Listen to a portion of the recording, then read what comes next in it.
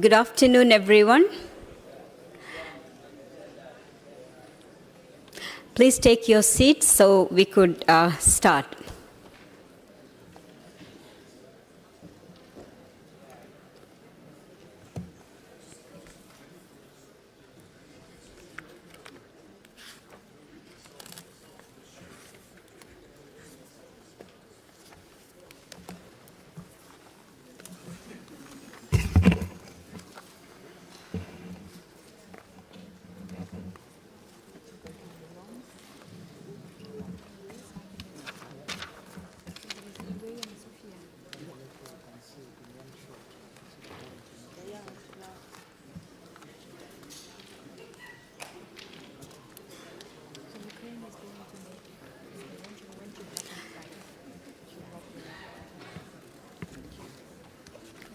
Now we will start with the agenda item 11, emissions of HFC 23, potential changes to reporting form 3 for reporting on HFC 23.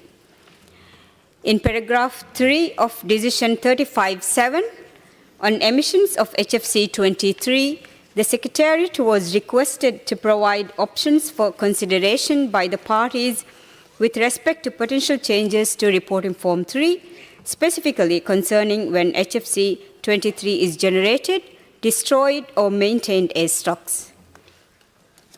The Secretariat has prepared document 46/3, which is available on the meeting portal, presenting two options for the potential changes to data form 3. Before I open the floor for discussion on this item, I will invite the Secretariat to present the document. I will then give parties the opportunity to ask any question, and after that, open the floor for discussion. So now I would like to give the floor to Secretariat to present.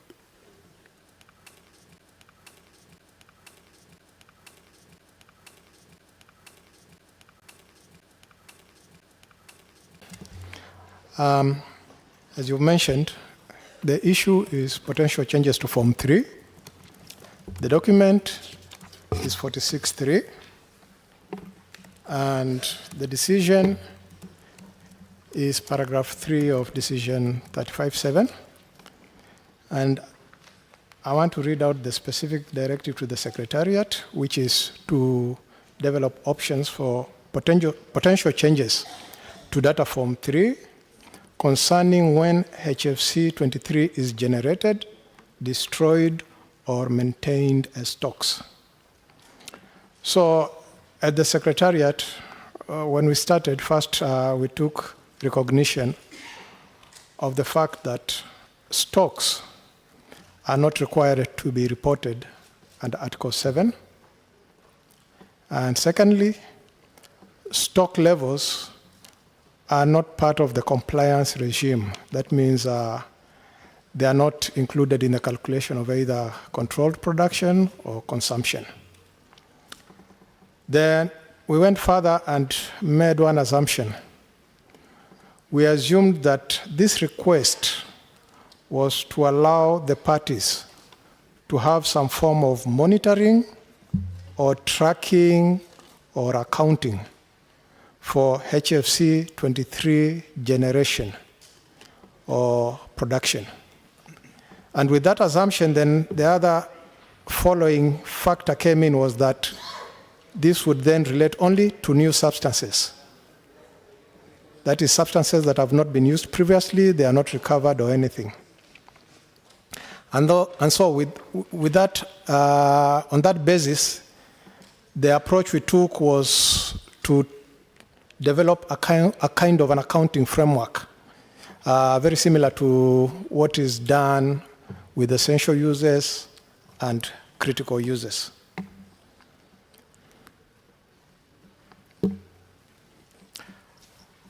Additionally, as we were reviewing what we needed to do, we did some consultations with some parties. And in that process, a separate issue emerged that there could have been different understandings between the different parties on how to deal with that production, with production of HFC 23. And so in our documentation, we included an extra proposal which was to include a clarification in any modification that might take place of the data form 3. And that clarification would state that amount captured for all users, and that's column 3 of data form 3, that amount should refer to both intentional production and unintentional byproduction. And so after that, then we propose essentially 2 options. But the 2 options are actually identical in terms of the information that would be reported if any of them were to be adopted. The information would be identical, but how it might be presented in the reporting forms is what would be different. And so with that, then, we can look first at option 2, and that was the option where we proposed possibly adding an annex to data form 3. What you see on the slides highlighted in golden color or yellow, the columns would represent the new information that as parties you would need to report if you were to adopt this. Actually, when I say parties, we mean primarily producing parties. And so the first column relates to reporting stock at the start of the year, the amount held in stocks or in storage at the beginning of the year. And then what is currently labeled as column E, that is the 4th column, would be quantity used as feedstock. And then the column labeled F, which is the 6th column, parties would report quantity destroyed. And column G would be quantities used in other applications within the country. The idea is parties could report on all users as a single number. That means feedstocks could be combined with other users, but we thought because of the special attention the parties have been paying to feedstocks, and so that's why we separated out feedstock, and then other users that are not feedstock would be reported separately. And then the last column would be the stocks at the end of the year. So with this, then there would be a sense of flow in terms of accounting for what might have been held at the beginning of the year, what might be produced during the year, what might be used during the year, and what might remain at the end of the year. But to fill in some of those gaps, that's why we included some 3 additional columns. They are in green in what you have in the slides. And the 3 columns represent columns that would be filled with information that's actually already being reported in other forms. So the 2nd column, column B, would be quantities imported of HFC 23. The 3rd column would be quantities exported, and so that would come from data form 2. The quantities imported would come from data form 1. And the total amount produced, or the total generation that is captured, would come from column 3 of the production data form 3. So the green columns represent information that would simply be getting transferred from other parts of the data reporting forms to help complete the accounting framework that this would sort of represent. And then associated with that annex would be a footnote, just to clarify what I said about separating out feedstocks from the other users and avoiding double counting the 2. So we are presenting the option 2 first because we thought it would be easier to explain. And then option 1 now, you have the same reporting information, the same information being reported or being proposed, but now instead of it being a separate annex, it takes the current existing row for reporting of HFC 23 information in data form 3, and it splits out an extra sub-row within it, similar to the way we do reporting for QPS, methyl bromide use of methyl bromide QPS production. And so there would be a small sub-row just within the same bigger row for HFC23. And then you'd have the same information as in the previous form, which would be stocks on hand at the beginning of the year, quantities used as feedstocks, quantity destroyed, quantity used for other applications within the country, and the final row would be stocks at the beginning of the year. Now, just to clarify a few aspects, if we look at the row proposed as quantity used as feedstock, it would seem to match with the title above, which also talks of feedstocks. But the difference between the two is that production for feedstock effectively represents production intended for feedstock. What is proposed for reporting would be actual uses for feedstock, because if you are tracking stock, then you want to exclude what has been used. And so that's the subtle difference between the two. And the same applies to other users within the country. It should be actual use. So it shouldn't represent something either produced for, it should be something actually used. Now, because we say to account fully, you must also include what you bring into the country and what goes out of the country and so on. So associated with this form, then we have the footnotes. These footnotes fill in for the 3 columns we mentioned for the previous form that were in green. And the 3 columns would be clarifying that to get your full accounting columns in place, the quantity of HFC23 imported would be derived from column 3 of data form 1, and the quantity exported would be found in data form 2, column 3, and quantities produced, or in the case of HFC23, we call it quantity generated and captured, it would come from column 3 of data form 3. So these footnotes match with what was green columns in the previous option. And then finally, of course, we've included the footnote that we are proposing to add that we just clarify amounts produced of HFC23 refers to both intentional production and unintentional byproduction. Thank you.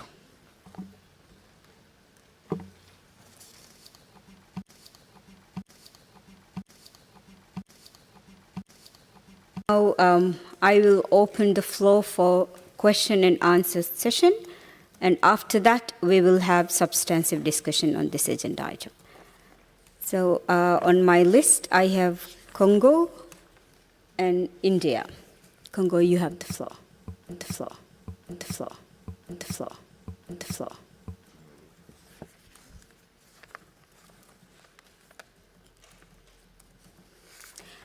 Congo, are you asking the floor? If not, then, if not, then, if not, then, if not, then, if not, then, if not, then. Okay, thank you. So in that case, I will give the floor to India.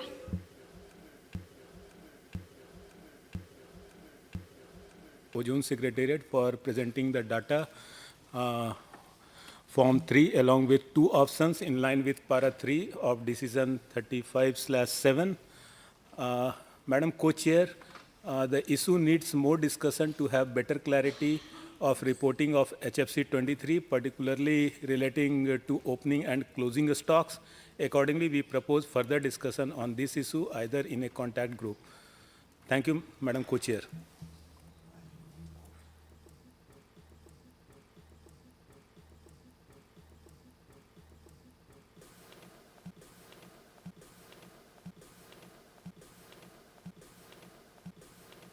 The way you opened this discussion was to say first questions of clarity and then discussion. Thank you. Thank you. Thank you. Thank you. Thank you. Thank you. Questions for the Secretariat, and I appreciate that they put together this paper. As we understand the 2 options, I think they are actually the same option presented in 2 different ways and not actually necessarily 2 very different options.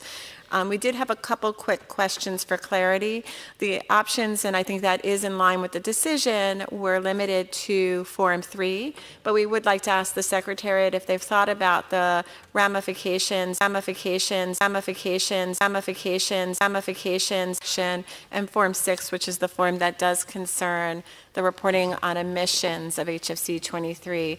And if they have considered the relationship between those three forms, is there any insight they can give us?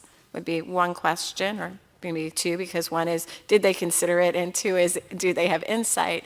And then a separate related question would be, we understand that the way that the Secretariat looked at this was to think about it as an accounting framework. We'd like the Secretary to clarify that that is actually different than other, or at least our view, and the Secretary can agree or disagree. We think that's different than all of the other reporting under Article 7, and that an accounting framework is really only pertinent with regards to the accounting frameworks that are submitted as part of a CUE or an EUE. So we would just like clarity that this would be, changing the reporting under Article 7 to no longer be consistent with what we see in other Article 7 reporting, and to instead align it with something that seems to be more aligned with what we see with an essential use or a critical use nomination. Those are the two questions we have for clarity. We do have some thoughts for discussion. Madam Co-Chair, when you turn to that part of the agenda. Thank you. Thank you. Thank you. Thank you. Thank you. Thank you.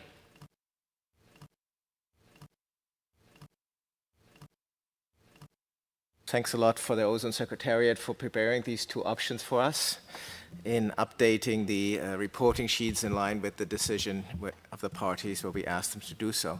We just have two quick questions of clarifications, and I think at least one of them you may have just answered in the table, but just to be doubly sure. So you do expect reporting not only of R23 generated by the party, but also stocks and feedstock use of imported virgin R23 to be reported. That would be one question. And the second question is if you expect reporting on captured R23 only, or also of uncaptured gases from own production and generation and their feedstock use and destruction. Thank you.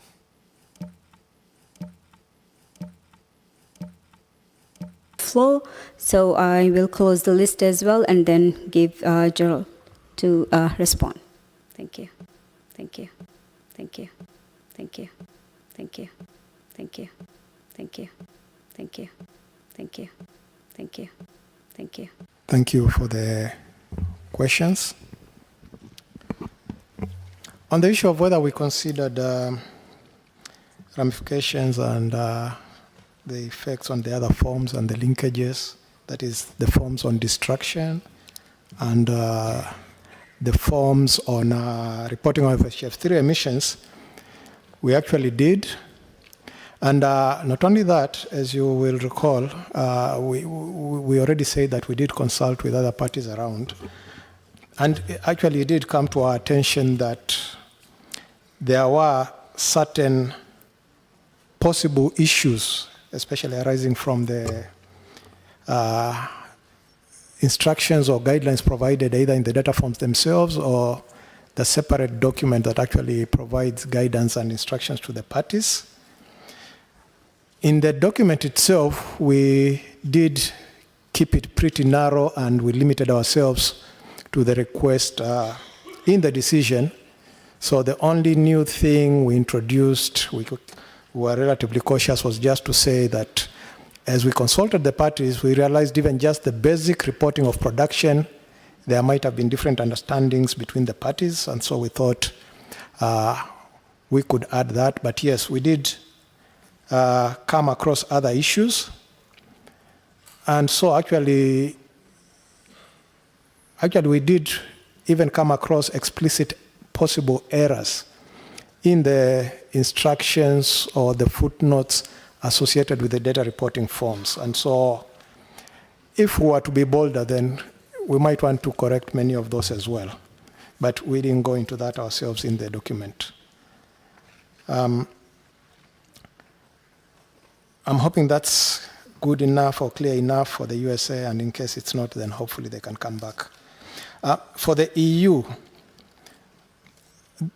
the 5 columns that we have would be the new information that would be reported.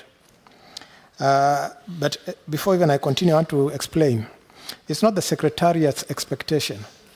It is really the Secretariat trying to put in possible columns of what the parties might choose to report if they wanted to track the stocks as put in the request to the Secretariat.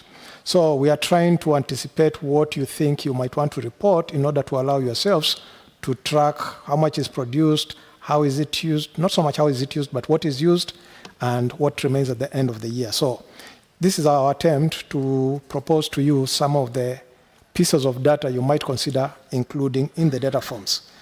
But specifically on the question about imports, ideally imports are already supposed to be reported in data form 1. And so we are flagging or pointing out that in the whole accounting process of what you have at the end of the year, you would factor in what you imported, and then you would factor in what you used. And then that way, what you remain at the end is what you didn't use. So it wouldn't be a new reporting obligation. It's already there in the reporting of imports under data form 1. Similarly, what is captured, what is produced, is already supposed to be reported in data form 3 on production. So again, it would not be new reporting. And specifically to the question of whether we would expect parties to report uncaptured, no, we would not. And you are not going to find it in the new forms that are, or the new columns that we are putting in place. Feedstocks, again, they're supposed to be reported in data form 3 in the corresponding column. So it would not be new reporting. The only new reporting is mostly the stocks, what you use. And if I go to destruction, again, destruction is already supposed to be reported in data form 4. Now, I need to explain the destruction component. The reason we included the destruction component in the new columns is that the destruction that is reported in data form 4 is allowed to include both new substances and recovered substances. But in tracking what is produced year on year, you would want to be tracking only new production. And so what we would report in the new column for destruction would be destruction of newly produced or unused, non-recovered substances. And so that's the small difference between the destruction that you would report in this accounting process and what you previously report in data form 4. And now that I've said that, I remember one question from the US that I actually haven't answered. And the idea was how we consider this vis-a-vis accounting for critical use exemptions and accounting for essential use exemptions. All we did is to borrow the concept from those two accounting frameworks. But indeed, they are different. And going further, just to clarify again, based on what US asked, all these obligations, and I think we did mention it at the opening, all these newly proposed columns would all be additional and separate and different from the reporting required under Article 7. So presumably, if we were to go by your normal practice, you would normally put all those as optional forms of reporting. Thank you.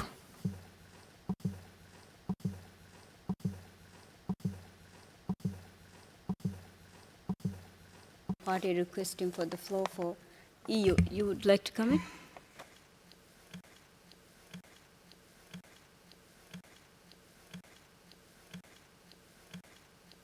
And thanks for the explanations already.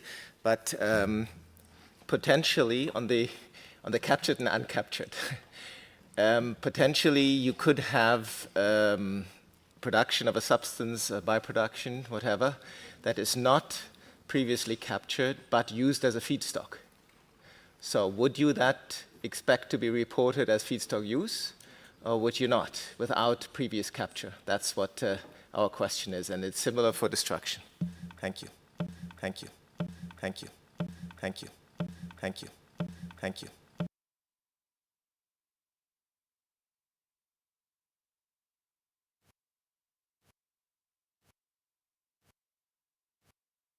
Question. And it's not so much what we, the Secretariat, might expect, but I think at the discussions at the time when these forms were being adopted by the parties, I think the parties themselves actually agreed that generation that is not captured and that is used inline in a system, and therefore presumably there would be no emissions, I think the parties agreed that they wouldn't report neither the production nor the feedstock use. But separately, as a party, if you do report the production and report the feedstock use, then that would still be okay, because the idea is to have a certain sense of consistency. So I think that's what I might want to comment, and I think the same applies to the destruction. If I recall well, at the time when the forms were adapted, and it's probably captured in the data forms, in the instructions and in the guidelines, it was agreed amounts that are not captured, that don't get out of a system, if it's generated and then within the same system without getting out is used for feedstock and therefore nothing gets out, then the party didn't have to report that. And we thought that is still consistent because in, out, nothing getting to the atmosphere or nothing getting out of the system, then presumably it's a consistent way of treating the generated amount. But should a party wish to report, then they would need to report both the production and the feedstock use.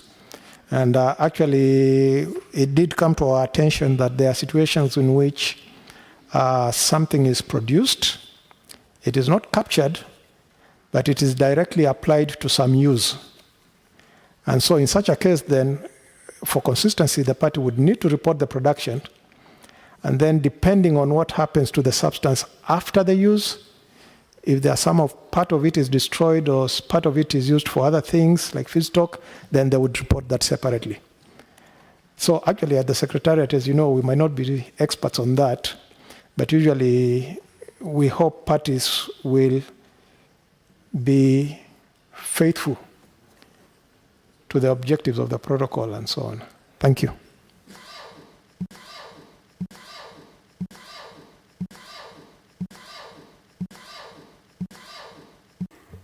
Yes, you have the floor. You have the floor. You have the floor. You have the floor. You have the floor. Bit of a follow-up to make sure I'm not sure if I heard the direct answer to the one parts of my question before, which is Article 7 is not, traditionally has not been the same as the accounting frameworks. And I just want to make sure I understand, because when we think of stocks in the context of an accounting framework for a CUE or an EUE, it has a different meaning than what I have understood from the Secretariat and from the paper to mean here. So I think if you can provide clarity on what is meant by stocks, that would be very helpful, because stocks to us is quite different than I think the way it is framed here, which is really not about stocks, but it's about the amount that was captured and is pending destruction, which is different. And that would be like an online production of chemical where you have something, as opposed to what we traditionally think of as stocks. So if you could just provide clarity on that one point, that would help us make sure we understood the answer to our earlier question correctly. Thank you. Thank you. Thank you. Thank you. Thank you. Thank you.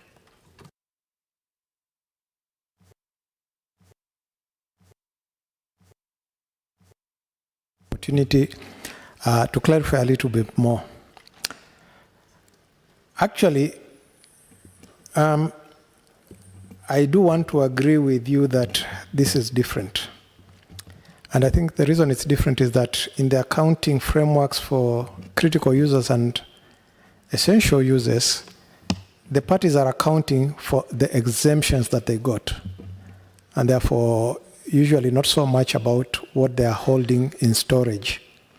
Whereas in this case, based on the request that we got, there was an explicit mention of stocks, and our understanding of stocks is what is in storage.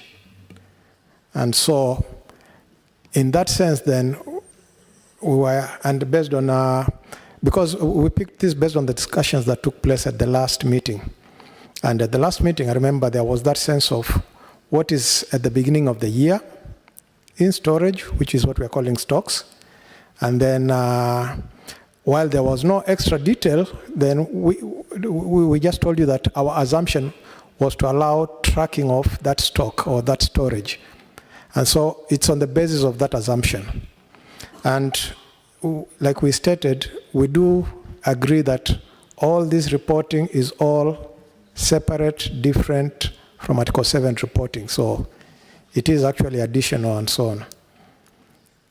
I'm hoping that's a little bit clearer. Thank you.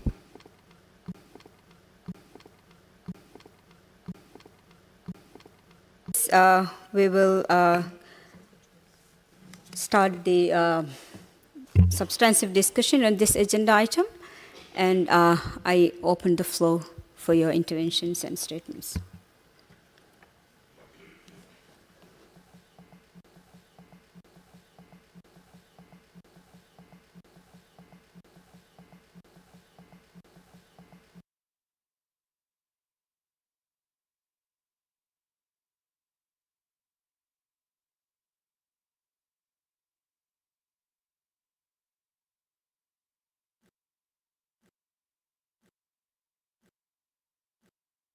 And I believe earlier in India's intervention, they actually suggested a small group, and we would support that. We think this is a complicated matter. We do think the Secretariat noted in their response to one of our questions that while the original decision last year and the response was limited to Form 3, they did note that this does have implications for the 3 relevant forms. And it's really only about one chemical, but it is how that chemical is reported on 3 different forms. And I think the Secretariat noted as well that there may in fact even be some errors in the instructions that we as parties might want to correct.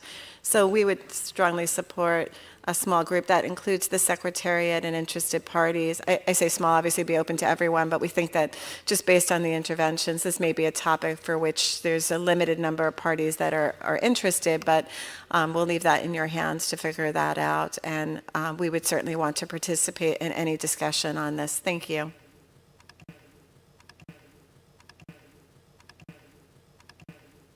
Flow, and let me consult with my co-chair on a way forward on this issue. Thank you. Thank you. Thank you. Thank you. Thank you. Thank you. Thank you. Thank you. Thank you. Thank you. Thank you. Thank you. Thank you, Madam Co-Chair. You may have gone a little bit too fast for us. We didn't have any questions because I think, like as others have said, it's a complex issue to go over in the plenary. But just a few observations. You know, we want to thank the Secretariat, first of all, for responding to the request from Decision 35/7, which, in our view, was perhaps not completely clear. It says to provide options for consideration by the parties with respect to potential changes to reporting Form 3, specifically concerning when HFC 23 is generated, destroyed, or maintained as stocks. So I think with that guidance, the Secretariat interpreted that parties would want a reporting framework where stocks of HFC 23 would be tracked. And I think that they, you know, with that in mind, what they're suggesting, you know, actually makes sense and, you know, is you know, appears logical. I guess our view is that we're not sure what would be the added value of keeping tracks of these stocks. We don't have a strong recollection of, you know, why this was proposed under Decision 35/7. But in that decision, we were trying to address issues related to the discrepancy between bottom-up and top-down measurements of emissions of HFC 23. And in that sense, we could say that keeping track of when stocks are used could provide a little bit of information, but in general, the amount of HFC 23 that is used and emitted, from year to year is small compared to the amount that's actually generated and then either captured or destroyed. In addition, under this reporting framework, we would only get information from the producing countries, but there could be use and emissions also in countries that import HFC 23. So it wouldn't necessarily help us a lot, we think, but perhaps we're missing something here. So the parties that were a proponent of this particular decision may have some ideas of that. But just to say, we appreciate the work of the Secretariat. We're not sure how much we need, if we need to go into that level of detail, especially since, as has been mentioned by the Secretariat, this is not a requirement under Article 7, and only parties that receive critical or essential use exemptions are required to report separately on stocks under accounting framework. That said, it's really, we want to hear more also about the producing parties to see to what extent this works for us. I think for us, as long as the understanding is, this is a reporting framework that would apply only to parties that actually produce or produce HFC 23 and don't import HFC 23, such as ourselves. We don't have a strong objection. We just want to make sure that whatever is agreed makes the most sense. We also think that if there is a small group that's set up to discuss this, it would be useful indeed to discuss the relationship with data form 6, especially because I think that's where perhaps some of this information was requested perhaps to get a better handle of when HFC 23 by production may or may not be emitted. But we think that has a close relationship to the information that's reported under Form 6. And if we're going to possibly review some of the reporting under Form 3, we may want to see how this affects also the reporting under Form 6. So, and just to indicate our interest in participating in a small group as well on this issue. Thank you. Thank you. Thank you. Thank you. Thank you. Thank you. Thank you. Thank you. Thank you. Thank you.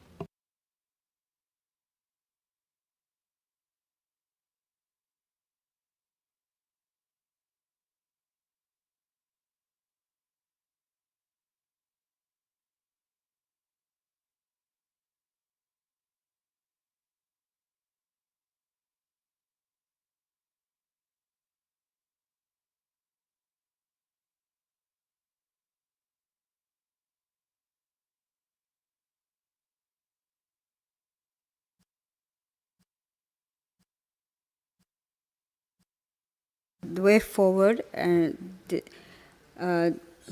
co-chair suggests that we have an informal group for those who are interested to discuss this issue further.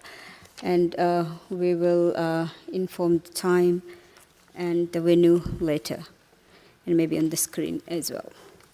With this, I would like to hand over to my co-chair, and I'm really sorry to do so, to give the task to my co-chair, because as you know, as we speak now, the Netherlands is playing.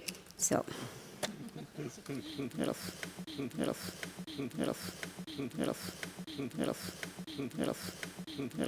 So, let's focus now on agenda item 12. Proposal of Cuba on additional funding to support countries affected by COVID-19. So parties will recall that we had a decision at MOP 35, decision 35/16, on addressing the impact of COVID-19 on the HFC baseline consumption for certain parties. In that decision, it's clearly stated that IMCOM will defer from non-compliance until 2026. Data are available, and that countries that are listed in that annex are encouraged to send in their KIPs and submit its KIPs at the MLF as soon as possible. The Secretariat received a draft decision from Cuba. And that's, I would like now to give Cuba the floor to introduce their proposed decision. And it is in the document 46/2 add 2. So it's in the addendum to the note of the Secretariat. Cuba, you have the floor. Floor.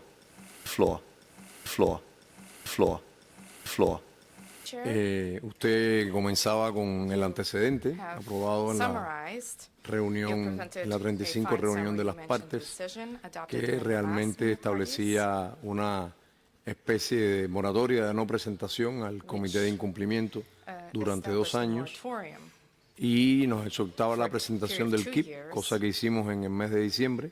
Fue aprobado. Aún hoy estamos esperando todavía la conexión con el PNUD para poder comenzar a implementar esa parte, pero como estamos viendo en pantalla, logramos ya tener el consumo del año 2023 y realmente fue más allá de nuestras expectativas. Una de las grandes preocupaciones que teníamos era ¿qué pasaría si las importaciones en el 23 retomaban los niveles previos a la pandemia COVID-19? Nosotros, a la 35 MOP, estábamos presentando una propuesta de decisión que proponía a los países poder seleccionar sus mejores años como líneas base. Finalmente, eso no se acordó, se mantuvo líneas base 2020-2022, en los cuales también se reconoce en esa decisión 35/16 que Cuba era un país muy afectado por los efectos de la pandemia. Como se puede ver en la tabla, la línea gris sería nuestra línea base. La línea negra sería a donde tendríamos que, es la línea después de la reducción del 10%, y sin embargo vemos la línea roja que inclusive sobrepasa los niveles de importación que alcanzamos en los años previos a la pandemia. Y por lo tanto, la realidad nos dice que Cuba no tiene, por ejemplo, en el caso de Cuba, pues somos 8 países, Cuba tiene que reducir un 42%, o sea, un 32% por encima de la línea base, más el 10% que debemos reducir hacia un total de un 42%. Seremos muy breves porque realmente lo que estamos persiguiendo con este proyecto de decisión es mandatar que la reunión de las partes mandate al Fondo Multilateral a crear esa ventana de financiamiento que nos ayude de conjunto con el KIP, que no es suficiente, todos sabemos que son fondos bastante reducidos si lo dividimos entre 5 años, y que además la facilidad de no tener que ir al Comité de Incumplimiento en los próximos 2 años no sigue siendo insuficiente para que Cuba pueda cumplir con la reducción del 10% del HFC de acuerdo a la enmienda de Kigali y el protocolo de Montreal. Entonces, pudieran existir otras vías. Le dejamos en manos a la Secretaría realmente cuáles serían. Pero en principio lo que estamos persiguiendo con este proyecto es mandatar que la reunión de las partes mandate al Fondo Multilateral a buscar ese financiamiento, el que sea necesario.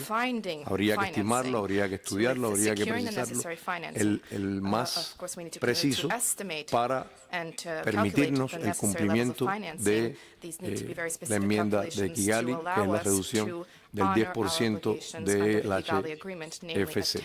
Tenemos en mente y tenemos algunas propuestas de proyectos, pero eso no necesariamente demuestra la voluntad de aprobarnos un proyecto.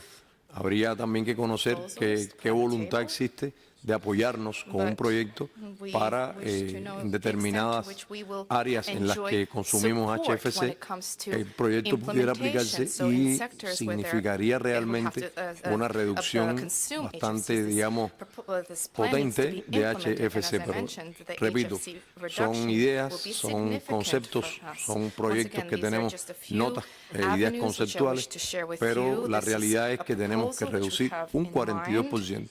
No un 10, un 42%. Si nos fijamos bien en el gráfico, y por lo tanto necesitamos el apoyo de esta reunión y de la reunión de las partes que mandate al Fondo Multilateral, reitero, para que nos apoye financieramente en esta noble causa de reducir el 10% del hidrofluorocarbono. Muchas gracias.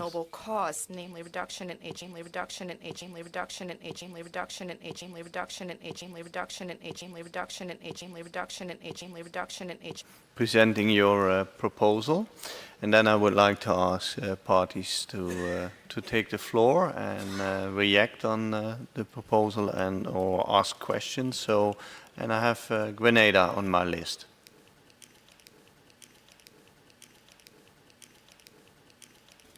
And thank you very much to the distinguished colleague from Cuba for presenting the proposal and the case for Cuba. Mr. Co-Chair, I would like to be the first to throw my full support behind the delegate from Cuba's proposal in light of the circumstances that are currently faced by Cuba. And I'm saying that on the basis that whereas the case has been made for Cuba, it is not only Cuba who is suffering the same fate and consequences.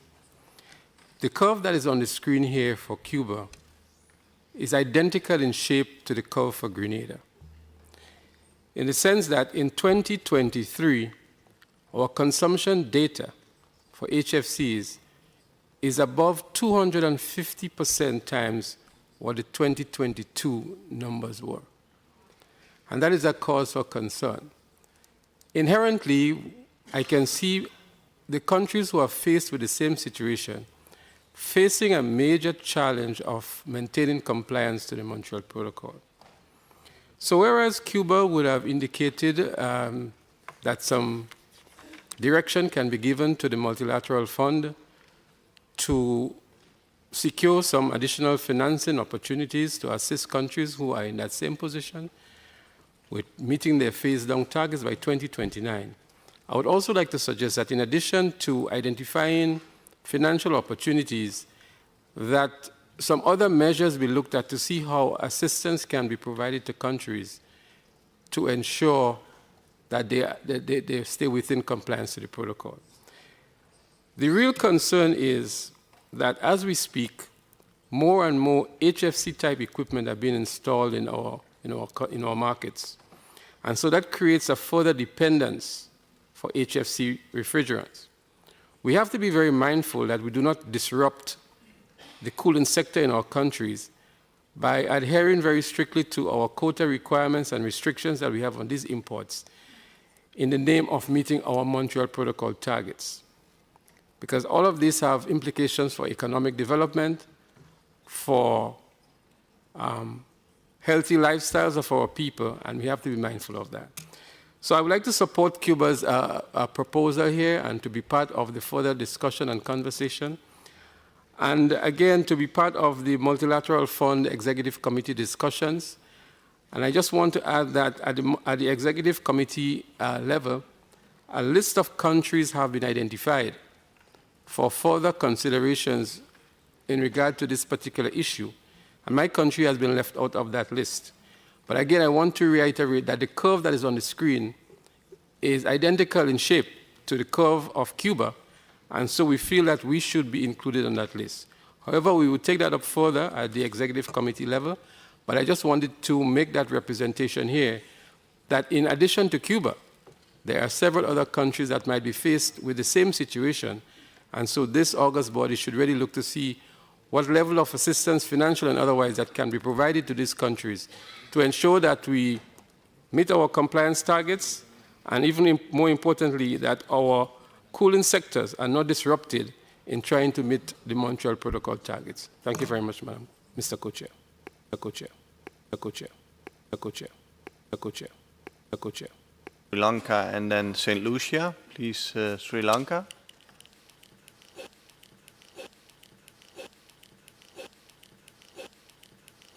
Facing same situation as Cuba and Grenada. As a Group 1 Article 5 country, I must bring to your attention the challenges we are facing in implementing the KIP. The recent economic recession has had a severe impact across various sectors of Sri Lankan economy. We are grappling with the unsustainable debt and severe balance of payment crisis. Our economy contracted by 7.8% in 2022 and by 7.9% in first half of 2023. In response to these economic challenges, the Sri Lankan government made a policy decision to suspend issuing letters of credit LCs from commercial banks for imports, with exception only for fuel, medicine and essential food items, and stop the payment of foreign debt except the multilateral agencies. This measure was aimed at curtailing the outflow of foreign currency reserves. Consequently, refrigerant importers were unable to import the required amounts of refrigerants through the local banking system. The economic recession has caused significant disruption in the import of refrigerants, RAC equipment and materials for service in 2022 and 2023. During this critical period, Sri Lanka was navigating two significant paths: the HCFC phase out and simultaneously preparing for the HFC phase down under the Kigali Amendment. During the baseline formation period, the consumption of HFCs from 2020 to 2021 increased by about 27% and remain at a similar level in 2022, with slight increase of 1.4 from 2021 to 2022. In 2023, the import of HFC was recorded at 708 metric tons, marking an increase of roughly 38.2% compared to 2022.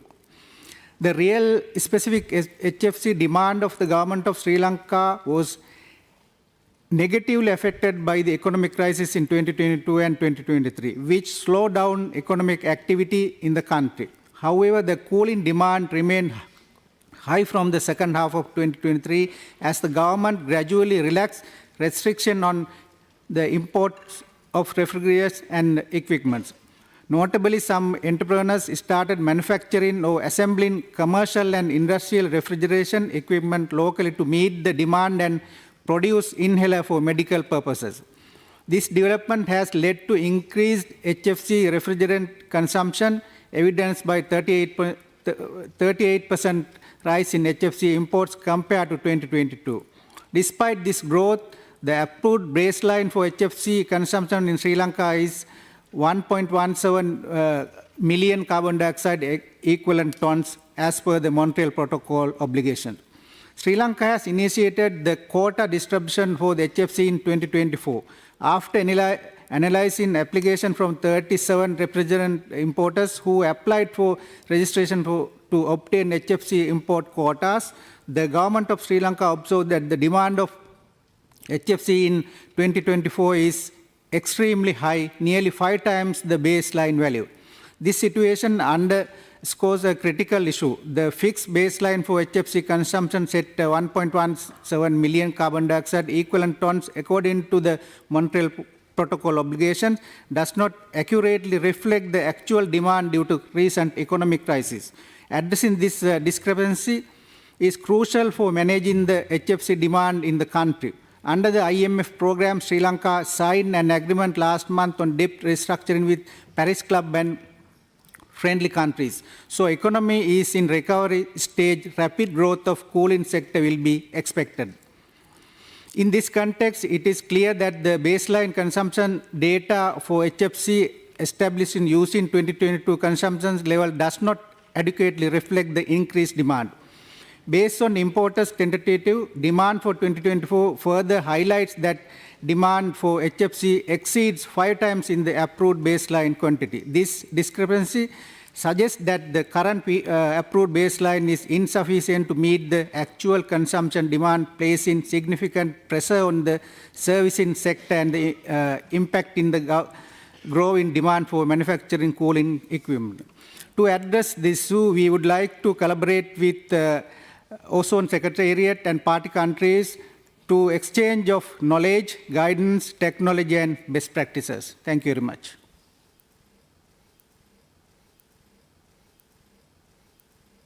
St. Lucia, Barbados. St. Lucia.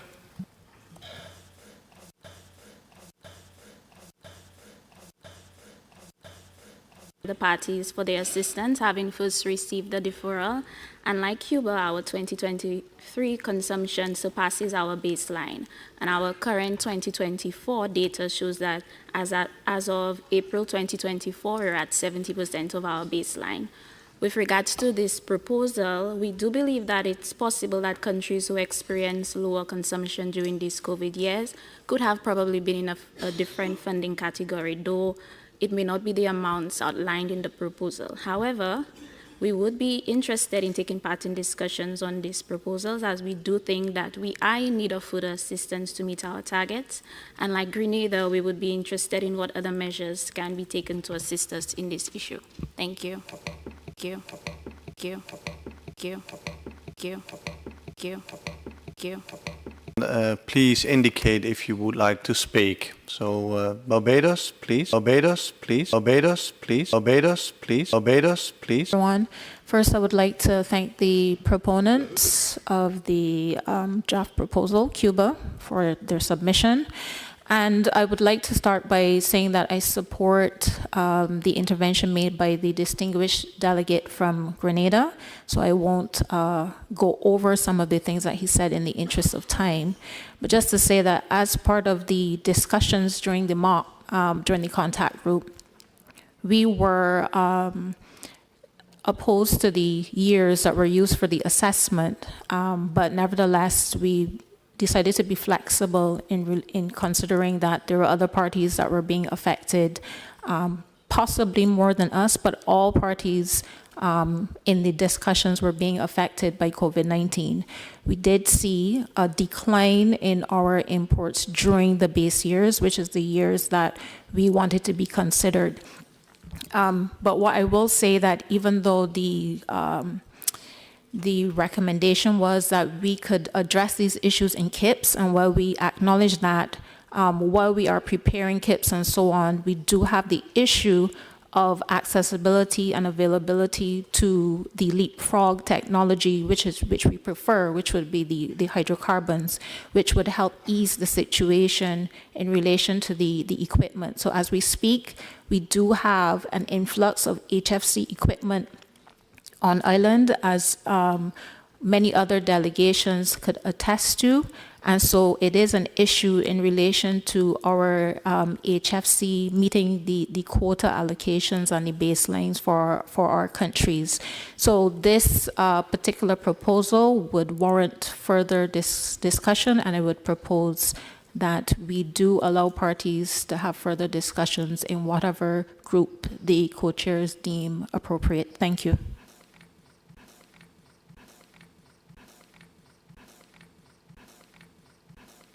On my list, so are there parties who would like to react or speak on this? Please indicate that. I see, and please, I see now Canada, but also others who would like to speak. Please indicate that. So I have Canada and the United States, please. Canada, Canada, Canada, Canada, Canada. Let me first of all thank Cuba for its proposal. We know just from procedurally, we're not sure if there's an actual CRP for us to consider at this meeting or if it's a proposal that was sent just to the Secretariat. But, you know, because we haven't seen a CRP actually being posted. I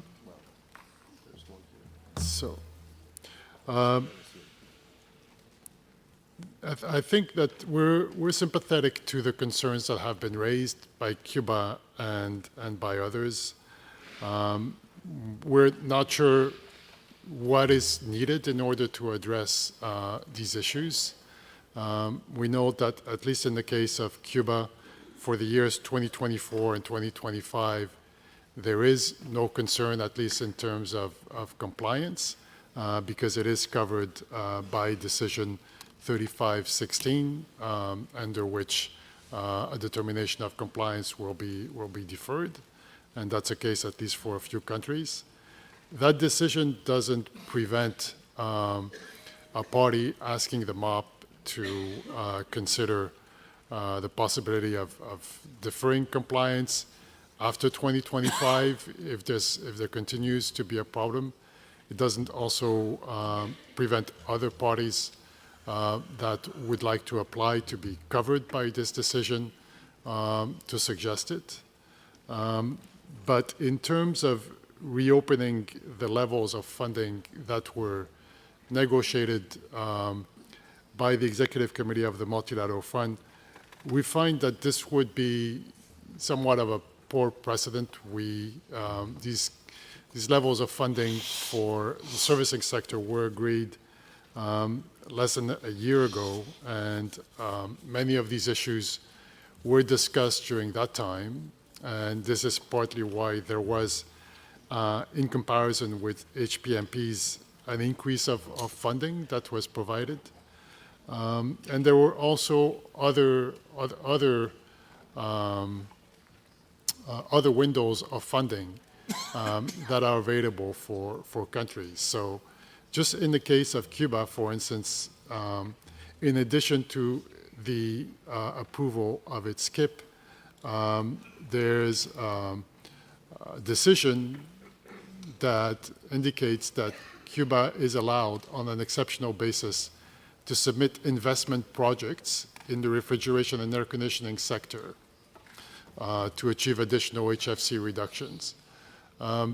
So perhaps there is room there for Cuba within what has been agreed within the Executive Committee to prepare and submit projects in a relatively timely manner that would help the country achieve reductions. So we'd like to discuss these issues with Cuba and others because we do think that there are perhaps ways of securing funding which have not been completely explored by all countries.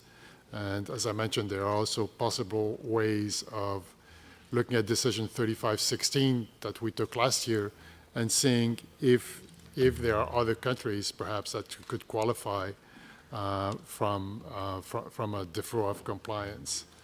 I think it's a little bit hard to make a judgment call based on data that we have received for 2023. We know that in our case, in the year before the freeze, there was a significant jump in consumption that was due that resulted from stockpiling.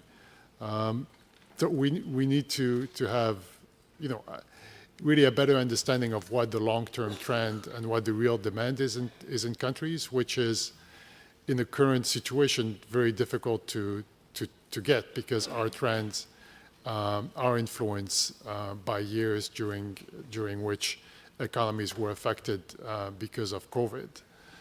So I think that until we have a better idea of what the actual demand is, countries that have compliance deferral for the next 2 years, do not have an overarching concern, at least in terms of complying with the Montreal Protocol, and can take time to understand what other opportunities there are under the fund for seeking funding. until they get a better idea of what their actual consumption trends are. So that said, we're always interested in having a discussion and see if there's ways in which that could be helpful, not only for Cuba but for other countries. But just to say that, there was a lot of discussions, negotiations among countries with respect at least to the guidelines for countries to receive funding for the servicing sector to achieve a 10% reduction. And it's a little bit, unfortunate that, so soon after having approved them, we wouldn't want to open that. And I'm not saying perhaps that is not what is being requested here. We're not sure exactly what is being requested. But we would be very reluctant to reopen those discussions. Thank you. Thank you. Thank you. Thank you. Thank you. Thank you. Thank you. On your question, let's say the decision was already sent to the Secretariat at the end of March, and Cuba then requested that it would be considered at this OEWG, and the CRP will be soon uploaded, so as a CRP 8. Just this for a clarification. Then I would like to give the floor to the United States, Australia, and then I have the EU. United States, please, please, please, please, please, please. Just to say thanks for that procedural clarification. We too were somewhat unsure of the status, the procedural status of that decision, as well as how the agenda item itself came to be put on the agenda, which was done very late in the process, as we recall. That's why it was originally listed, I believe, as 10 bis, if I remember it correctly. But just sticking to the procedural aspects, so our understanding is that if there are pieces of information that countries wish to share or present to the parties, that the normal process is that they are included in information notes that are circulated to the parties rather than projected on the screen during the meeting. So procedurally, it's not an issue we want to resolve now, but I think our preference for the future, we would note for the Secretariat, would be to have that, and there's a reason for that. It's so we as parties can spend some time looking at that ahead of the meeting. Now, moving into the substance, just to say, we are, listen, as we noted last year and the year before, we have some sympathy to the challenges that some countries have outlined that they are facing. We talked a lot about it last year, and I think where we come at this issue is from a starting point of being informed by the actual data and information that we have that lays out precisely what that challenge is. But because we understood there was a challenge, we adopted Decision 3516. So there is a 2-year compliance deferral that is included in that decision to reflect some of these challenges, noting at the same time that for the 8 countries listed, that there's an indication that they will continue to make every effort to comply with the control measures. We had a significant discussion at the time of adoption of this decision about finance-related issues. And the result of that was the language that you see in paragraph 2 of Decision 3516, which urges those 8 parties listed in the annex that have not already done so to submit expeditiously their respective Kigali HFC implementation plans. And to us, this is really a core important aspect of this decision. So our understanding in providing the 2-year compliance deferral was that, in fact, the solution to this problem was to get moving forward as quickly as possible with the Kigali implementation plans. That's the agreed approach in the Executive Committee to begin providing financial assistance to Article 5 countries to deal with both the freeze and the first reduction step, with the first reduction step not being implemented until 2029. So at this point, of the 8 countries, we have received for consideration and adopted 3 of those Kigali implementation plans. My understanding is that in the business plans, in the multilateral fund, that an additional 4 of those countries are targeted to have Kigali implementation plans coming in over the next year or 2. So to us, that is the path forward to try to find resolution to this issue. It's important for a number of reasons, but I'll just highlight 2 that pertain directly to some of the points that have been raised. The first is that in implementation plans or the plans under the Executive Committee for various types of controlled substances, one of the elements that is often included are policy measures. So if countries can move forward with some of these policy measures, including imposing controls on imported equipment, it's going to help reduce the consumption down the line that's needed for servicing of that equipment. And we would find those types of activities to be quite consistent with the language we talked about, saying those countries will continue to make every effort to comply with these control measures. Similarly, our understanding is that all of these countries in 3516 and all other parties, frankly, have an obligation to put in a licensing system. And it is through the licensing system and quota systems in countries that compliance is assured. So the KIPs can actually help tremendously with both of these, policy measures, licensing systems. I would just note for the record, the chart that was put forward by Cuba doesn't look entirely dissimilar. It looks in some ways quite similar to a consumption chart for the United States. So in 2021, prior to us having put any controls in place domestically, our consumption was over 450 million metric tons CO2 equivalent. The year prior, almost a 50% increase year over year. We were a little bit over 300.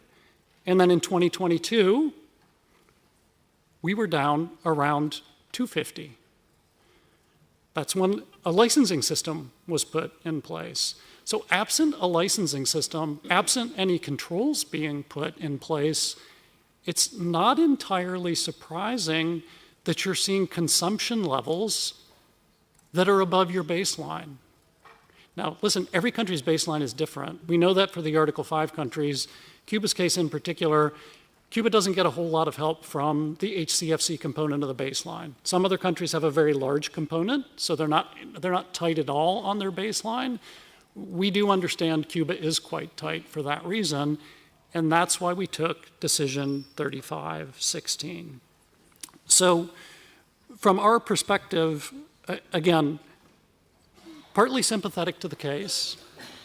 We don't think just because your consumption the year before your first compliance obligation, stockpiling is quite common. We've also seen that in other KIP proposals from certain Article 5 countries, a spike just before you impose your quota and licensing system. But what we've tried to do is to hear these concerns and find remedies. The remedy is in 3516. There's an agreement there. 2-year compliance deferral. If you're taking the 2-year compliance deferral, you say you will make your utmost efforts to comply and that you will move forward with your KIP.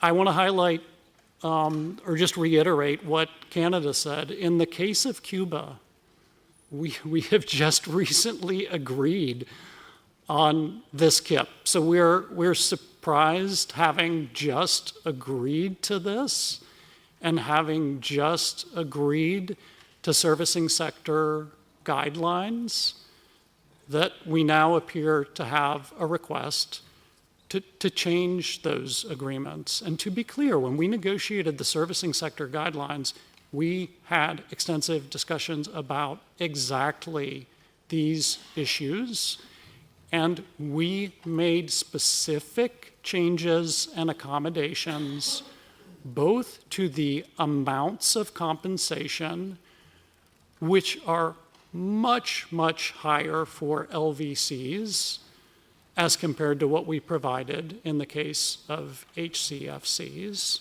much higher. But in particular, at the request of Cuba, we changed the categorization of the LVCs to accommodate their concerns. So I get back to the question of, we've heard these concerns, we've made multiple efforts to accommodate them, and now there appears to be an effort to reopen those agreements in the context where, as Canada said, Cuba's KIP explicitly says they can come back in with investment projects in the RAC sector. So there is also a mechanism within that KIP to seek additional funding. So from our perspective, again, we're happy to have discussions with Cuba and the other countries about these issues. We want them to be data-driven. We want those discussions to not reopen the very agreements that we've come to over the last year and a year and a half to try to accommodate the concerns that have been raised. We've tried to be reasonably flexible about this, to find solutions that can help those countries stay in compliance or get back in compliance. But we don't really see anything in here that to us then is new or different than the very discussion we had last year that led to Decision 3516, that led us to approve a KIP, that led us to agree to servicing sector guidelines in the multilateral fund, and that led us, in Cuba's case, to provide an opening for additional investment projects. So happy to have further discussions on this, but I do just want to be clear, we have taken a number of measures to try to address this concern, and we're not supportive of reopening servicing sector guidelines or reopening these prior agreements that have attempted to accommodate these requests. Thank you. Thank you. Thank you. Thank you. Thank you. Thank you. Thank you.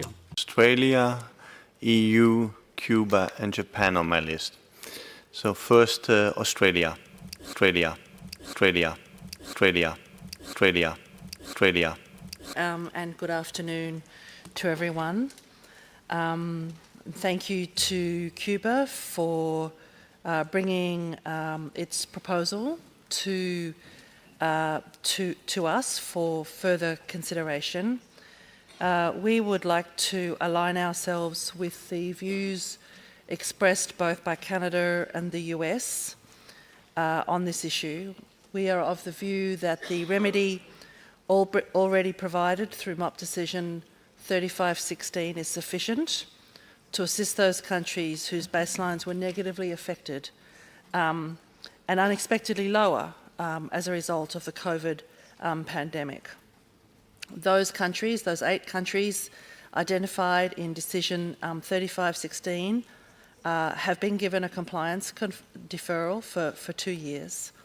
And in agreeing that decision, the issue of additional funding was considered last year, and it was not agreed to go ahead with additional funding. It was agreed that, in fact, the way forward would be for those countries to seek to put their KIPs in place as soon as possible, and those countries were urged to do so. And we note that 3 countries already have the KIPs in place, including Cuba. In the case of the Cuba Kigali implementation plan, as Canada and the US have indicated, it has the flexibility to submit additional RAC investment projects through the course of its Stage 1 KIP. It also has received additional funding for energy efficiency activities while phasing down HFCs.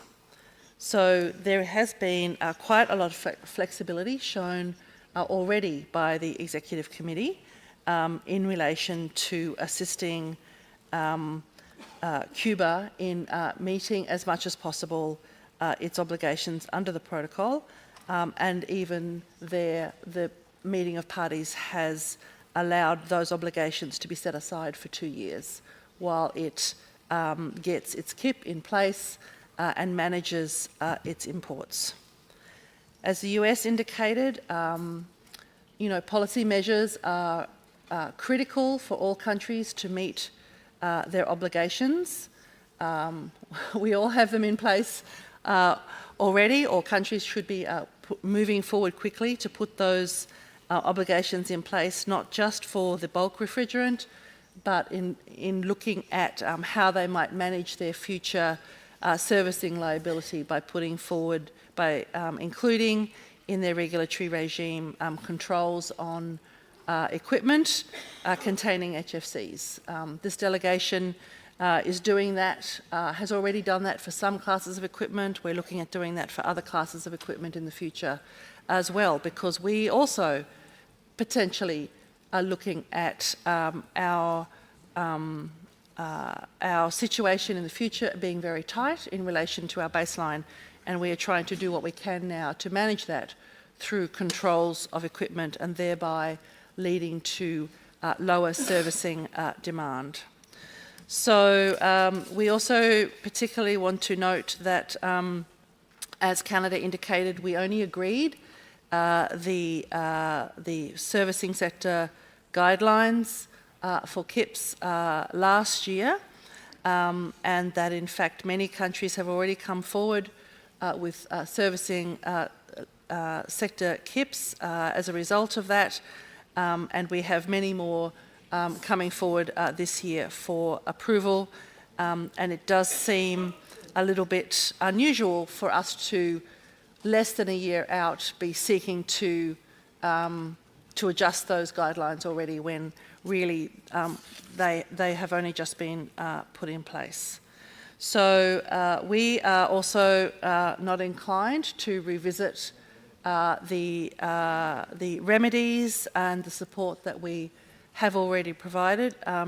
We certainly know that the decision that was taken last year does not prevent other countries from seeking additional remedy if they put forward their data, as the delegation from the US did, and it also does not preclude countries who may continue to have difficulties from seeking a compliance deferral in future years as well, if that is deemed necessary. So we would like to, I guess we have expressed our view, and we are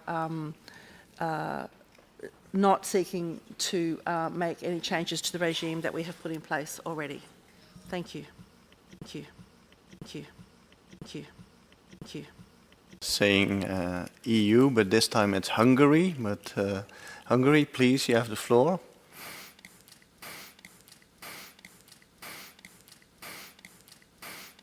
Of the EU and the 27 member states. I will not add much to what the 3 previous speakers has already stated now.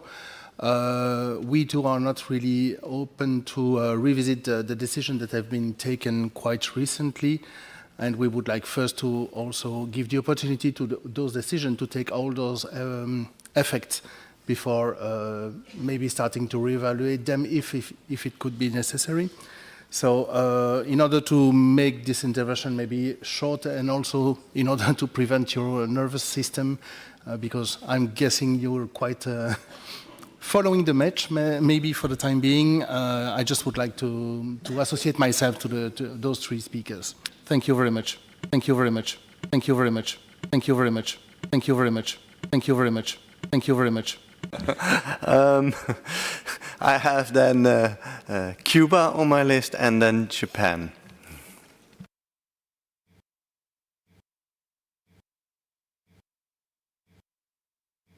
Estamos muy interesados, sí, en reabrir el tema porque realmente cuando hablamos del KIP y cuando hablamos de todo lo que se decidió en la MOP 35, estábamos hablando del sector de refrigeración, un sector que está muy deprimido en mi país por la crisis económica que además se acentuó en los años pandémicos. Realmente nuestro gran consumo HFC hoy está concentrado en, precisamente, por eso interveníamos en días anteriores en la industria en el tema de los inhaladores, porque es realmente donde tenemos los mayores consumos de hidrofluorocarbonos. Realmente, como mostró el gráfico, lamentamos que no se haya seguido el procedimiento quizás, pero bueno, se logró mostrar, todos pudieron tener una idea de que nosotros hoy no tenemos, la reducción no es del 10%, y eso es una realidad que estamos enfrentando. La reducción hoy es de un 42%. Bien, vamos a esperar 2 años. Vamos a esperar 2 años y en 2 años vamos a ver si seguimos las tendencias, aunque tomemos las medidas de licencia, de cuota.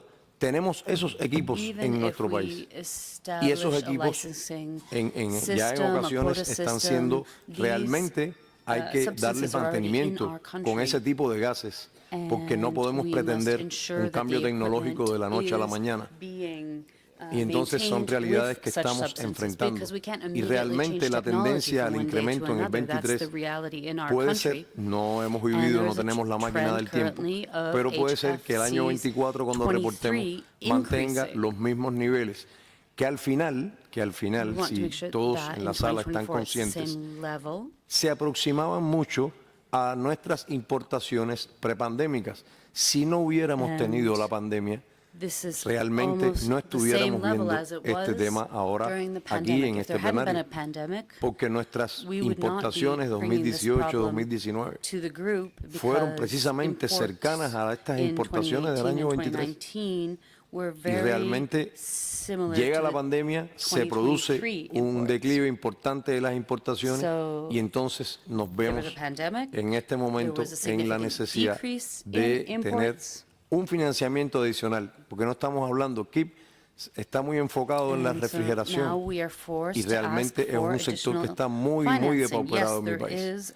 Y nosotros necesitamos, precisamente por eso estábamos hablando de la posibilidad de proyectos de reconversión en el sector de los inhaladores, porque es realmente donde tenemos un mayor consumo de HFC y realmente donde podemos lograr reducciones. No es un capricho, es que si hoy tenemos el 42%, si hoy estamos obligados a reducir ya, viendo el gráfico que mostramos, un 42%, dentro de 2 años quizás tengamos que reducir un 70%. Y lo que más preocupa, siempre lo hemos trasladado en este tipo de reuniones, lo que más preocupa es que nos interesa cumplir con nuestro compromiso con el protocolo de Montreal. Y como vamos viendo las cosas, va a ser muy difícil que podamos hacerlo por las mismas condiciones que estamos enfrentando en nuestro país. Porque además es lógico que deseamos cambiar a gases alternativos con bajo potencial, deseamos reducir el HFC actual que estamos usando. Realmente lo deseamos, pero no es deseos, también es una realidad económica que estamos enfrentando y que debemos aceptarla, y por eso es que estamos pidiendo que la reunión de las partes mandate al protocolo de Montreal para abrir una ventana de financiamiento que nos ayude realmente a enfocarnos en el cumplimiento de lo que tenemos acordado con el protocolo de Montreal. Muchas gracias, señor copresidente.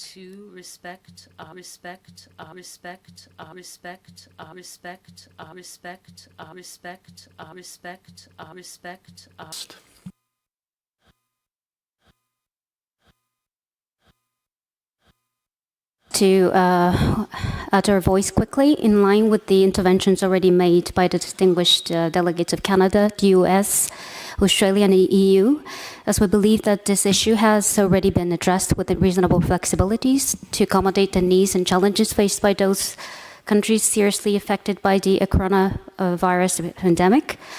While we are very sympathetic to Cuba, we are not very comfortable at this point reopening the discussion, especially when there's still rooms to be explored for Cuba to receive financial assistance from MLF without any additional decisions. Thank you, Mr. Co-Chair.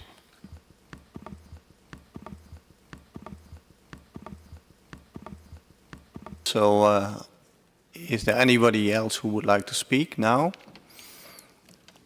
If not, then I will consult for a moment how we proceed.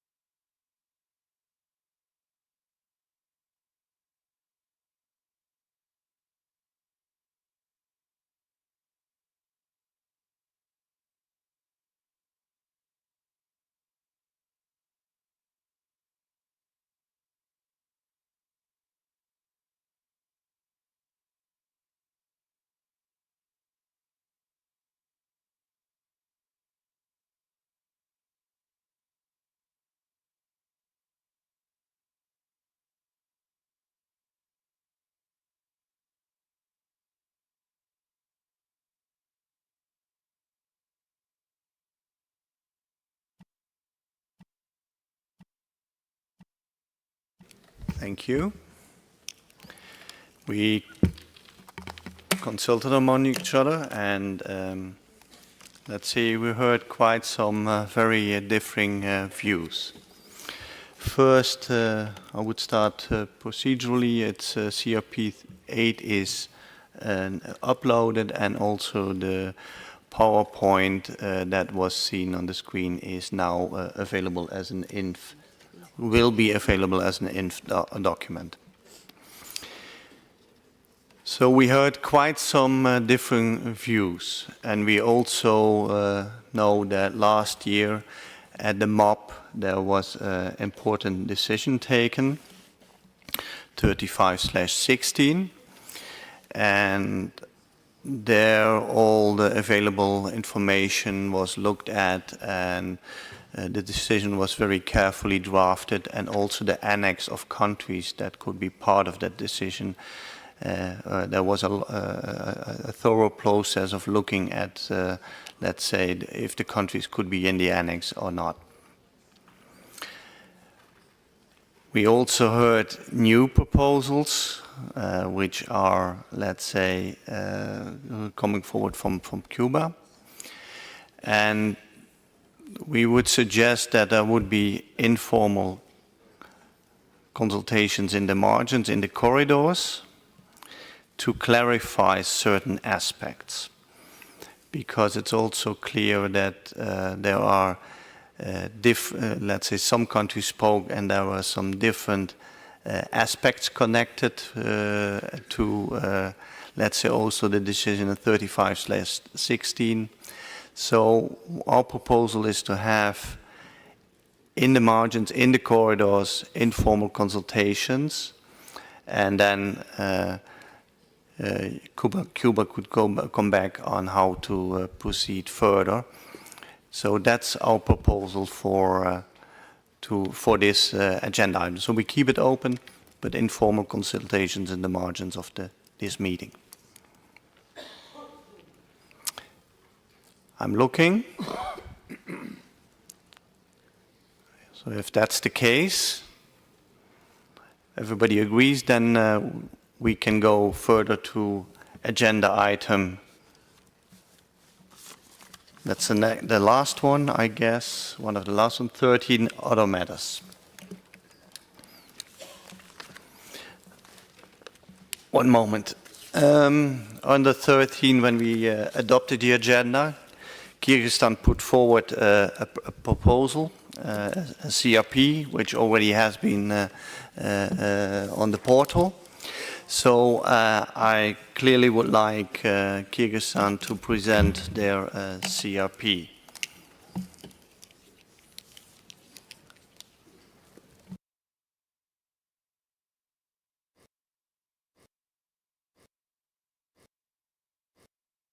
This is a CRP that has been published on the web portal Кыргызстана. On Но вот за 2 дня behalf прошедших of дня Kyrgyzstan. работы РГОС документ This is a document получил поддержку от ряда which стран was secured нашего support региона, of a number of стран Восточной countries in our Европы, region, Кавказа, Центральной Азии и стран из Caucasus других and Central регионов. Asia, as well Так as a number что of документ countries открыт in the region. So this для document представления is от группы open стран, for если это будет submission необходимо. on behalf of a group of Вот countries. по сути, значит, CRP, я хотел бы сказать, что в настоящее время like to все state страны начинают that all выполнять countries are now проекты beginning КИП, to implement the в KIP которых значит, projects, энергоэффективность в секторе the energy efficiency охлаждающего refrigerants оборудования equipment sector входит в эти проекты КИП как часть государственных стратегий по охлаждению и по выполнению Кигальской поправки к Монреальскому протоколу. Страна разрабатывает, значит, минимальные стандарты по энергоэффективности МЭПСы, которые рассматриваются нами как часть необходимых мер по внедрению энергоэффективных технологий и оборудования вот, в секторе охлаждающей техники. Проведенные Озоновым секретариатом и ТИАП в прошлом, позапрошлом годах семинары по вопросам энергоэффективности, мы выражаем большую благодарность секретариату и ТИАП. Вот, побуждает наши страны предпринимать необходимые действия по регулированию энергоэффективности в секторе ХВРАК, охлаждающей техники на государственном уровне. Вот. Как известно, и сегодня тоже во время сайд-ивентов, Евросоюз в марте 2024 года принял поправку в директиву по F-газам за номером 573 и с внедрением более жестких требований в отношении ГФУ хладагентов и требований энергоэффективности, в том числе запрет на эксплуатацию и ремонт оборудования на хладагентах с ПГП больше 2500. И, в частности, этот документ запрещает экспорт старых технологий и оборудования, основанного на ГФУ с высокими ПГП, правда, с небольшими оговорками, касающимися возможности или желания стран статьи 5 по запрету этого импорта. Но я думаю, эта директива Евросоюза будет иметь большие последствия для стран статьи 5.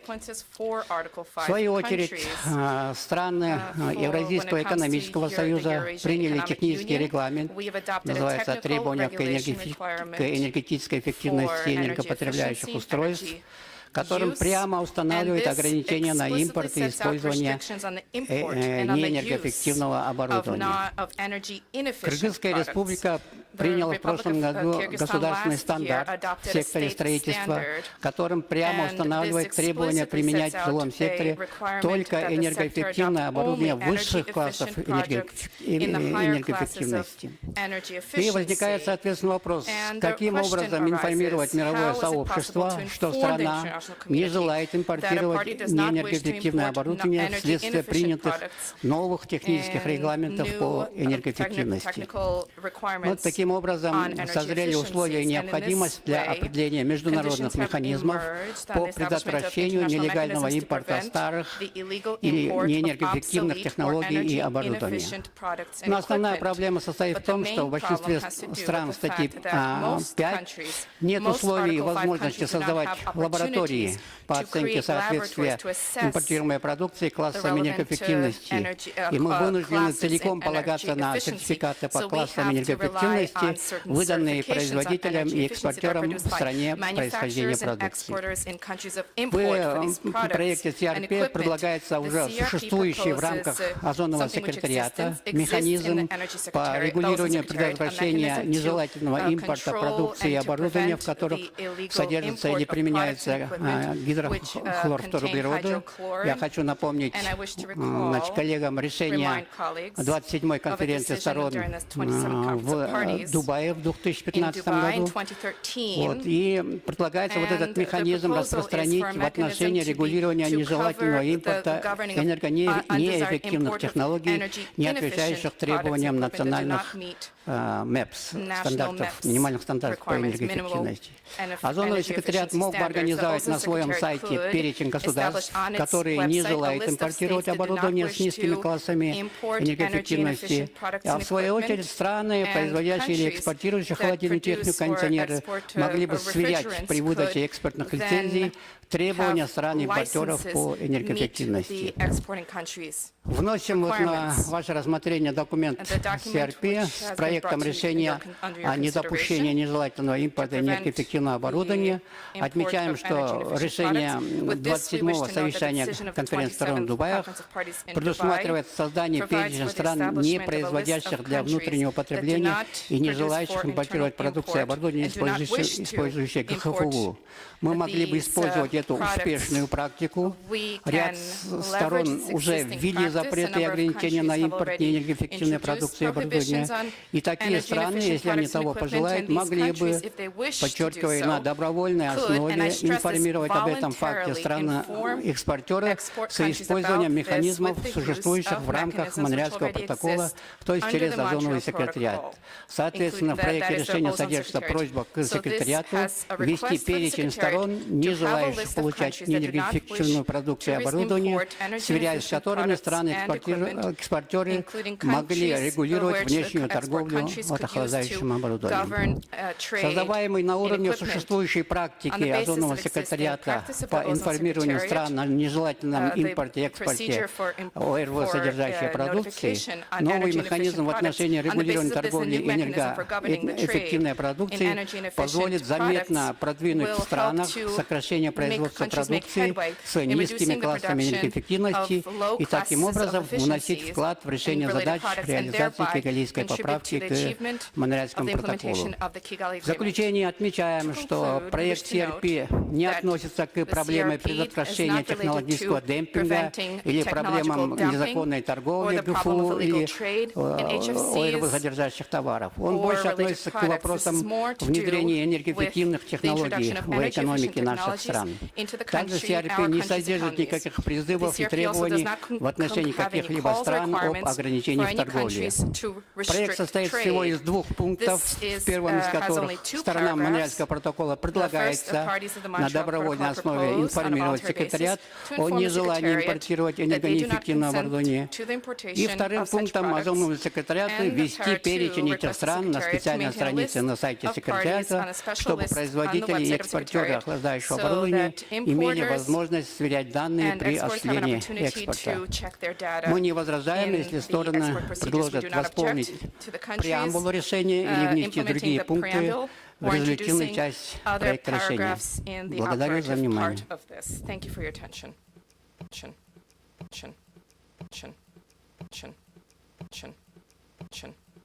P. And I would like to open the floor for reactions on this CRP.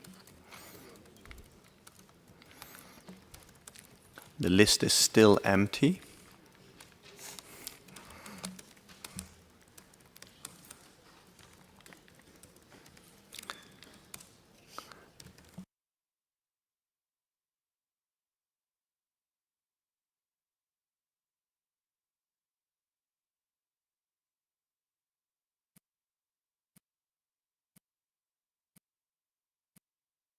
For the floor, is that correct?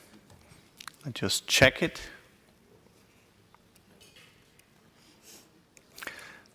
United States. We were not sure if someone else was going to go in, but we are happy to break the ice on the discussion on the decision, the draft decision in the CRP that was put forward. We appreciate the points being raised about asking the Secretariat to maintain a list. And we will note that the Secretariat, in the past couple of years, where we've had conversation about products containing, the Secretariat has put forward on the website a list. And we were looking back at the decisions, and it's quite possible that we may need to think about whether or not this should be an ongoing opportunity for parties to update the Secretariat on products that contain a controlled substance that are not permitted to be imported into that country. So for example, the United States, and we noted this in an intervention earlier, the United States has now established regulatory domestic bans on the import as well as the domestic manufacturing and export of certain products, and has established a global warming potential level for those. And therefore, the information that's currently on the Secretariat's website is somewhat dated in our case, and we would like to update that. So we would perhaps suggest that another path forward, and perhaps we can look at this decision and make suggestions on how to perhaps improve it, would be to look at the existing list that the Secretariat maintains for controlled substances and products that are in controlled substances and parties that have regulatory provisions in place that prevent those appliances from being imported into their country. Perhaps there is a way to instead ask the Secretariat to, on an ongoing basis, update that existing list rather than create another list. That would be our thinking right now, but we would like to take a look at this decision further, and we're happy to consult in the margins about some suggestions on how we could look at the existing requirements and perhaps find a path forward that is cognizant of what is the obligations under the protocol, and making sure that something we put forward is consistent with that. So we would probably suggest the focus be on products that contain a controlled substance, for example. But there is language from the decisions that we've took both last year and the year before that we think are probably aligned with the intent, and we may be able to find a path forward to simply ask that that list be updated on some sort of regular basis. Thank you.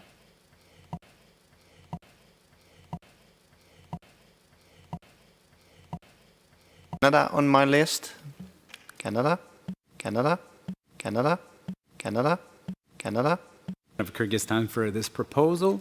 While Canada is not opposed to consider the issue, and as the delegate from the United States mentioned, I think we're open to have a discussion on this. But we would like to better understand the rationale behind the proposal.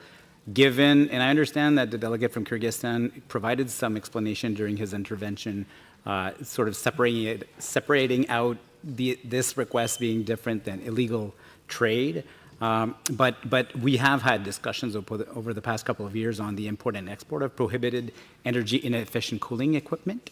That led to decision 3513, which requests the Executive Committee of the Multilateral Fund to consider allocating funding within KIPs and HPMPs for assisting A5 parties to develop and enforce policies and measures that will prevent future noncompliance. And the decision also urges parties exporting such equipment to consider instituting measures to prohibit, as appropriate, the export of cooling equipment relying on controlled substances that is no longer permitted to be placed on the market in the exporting parties. And we recall that during those discussions, there was discussion about preparing such a list, which at the time was not taken up. However, as mentioned, we are open to discuss, and I think the ideas put forward by the delegate from the United States might be an interesting solution to consider. So we're happy to engage on those discussions. Thank you.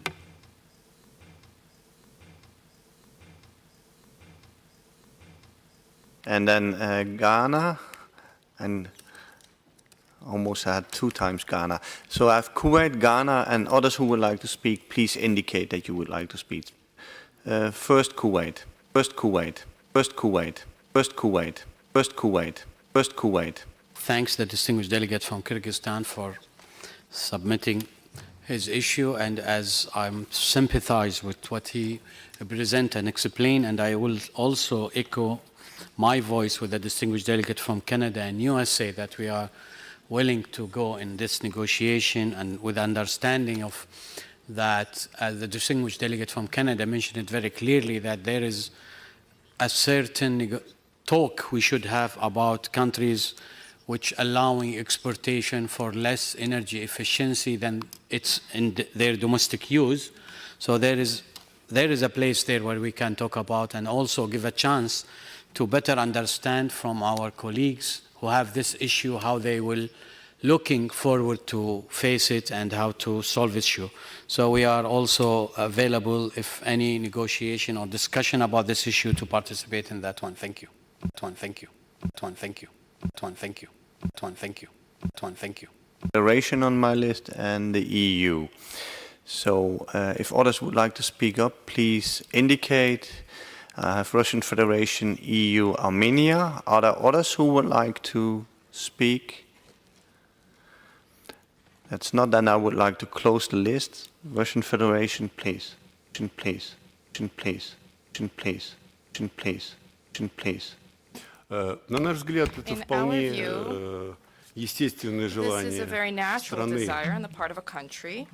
иметь своего рода такой инструмент в виде, который будет вести секретариат. И в этом списке будут просто перечислены страны, которые заявляют на весь мир, то, что называется, о том, что они не хотят, чтобы в их страны экспортировали оборудование, которое не соответствует их требованиям. На наш взгляд, это не требует никаких ресурсов, ни финансовых, никаких иных ресурсов. Есть, конечно, другие списки, о которых говорили делегации, но, на наш взгляд, иметь вот такой отдельный список, в который любая страна может заявиться, это очень хорошая, в общем, идея, и, на наш взгляд, это хороший инструмент. Мы поддерживаем этот инструмент и считаем, что тут как-то нам даже странно слышать возражения в этом отношении. По-моему, это хорошая идея, нужно поддержать. Спасибо. Спасибо.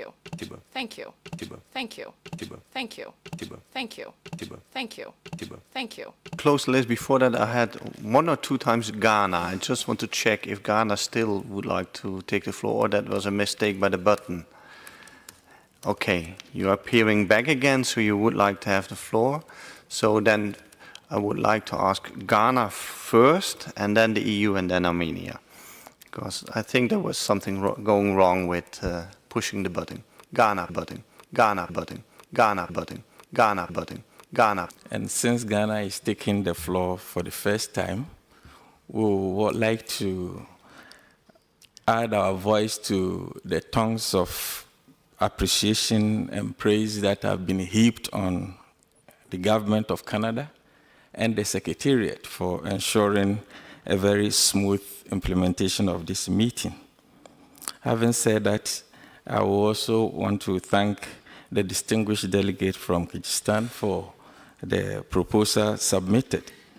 Indeed, I wish to express my sympathy for their pain, and I'll be interested in learning more about the situation, and will want to add my voice to the earlier speakers that this call for further discussions on the matter, and we will be very much interested in involving ourselves in further deliberation on this matter.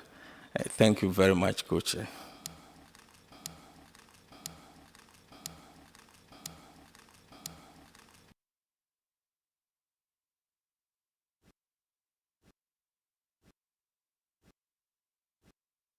To thank the distinguished delegate of Kyrgyzstan for their explanation and their motivation behind their CRP. It was very clear. We are, of course, happy to engage to further discussions on this subject. We know that a reference was made to the new EU legislation concerning our export rules for certain equipment, so we'll be more than happy to provide the necessary clarifications in these discussions and see potential rewardings. Thank you.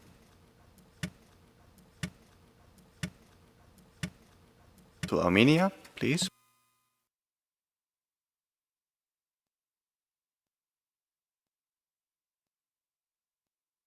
Thank you very much, Mr. Co-Chair. Taking the floor for the first time, I would like to express our appreciation on behalf of the Armenian delegation for all the wonderful preparation that the Secretariat has arranged, and to the Government of Canada for hosting us in this wonderful city of Montreal, be it in winter or summer times. It's equally enjoyable. Armenia overall supports the idea of having a list, maintaining a list of countries that do not wish to import energy inefficient equipment, and it can be done in one of the ways forward, either as a separate list or updating the existing list as proposed by the distinguished delegate of the US. And we are ready to be involved in the deliberations and discussions to contribute, but I believe we have to bear in mind that when we say energy inefficient, it may mean different things for various countries, so we have to be careful to be able to distinguish between the national limitations on what is considered energy efficient and energy inefficient. Thank you.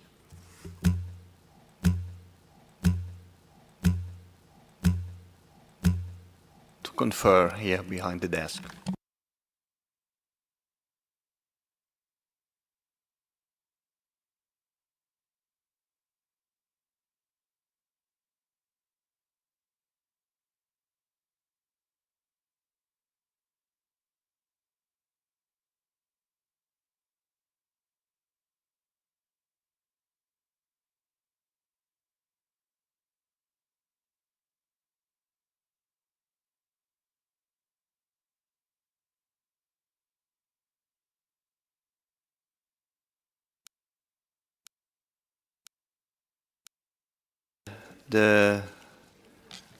Let's say the comments and suggestions made by the floor on the proposal for the CRP from Kyrgyzstan, we would like to suggest to establish a contact group, and that to put forward then the proposal, and to see if that can be, let's say, made into, let's say, something that's that takes care of all the ideas that were put forward, or maybe in another way. But that would be our proposal, to have a contact group, and time and place will be made available later on, and also the people who would co-facilitate that group.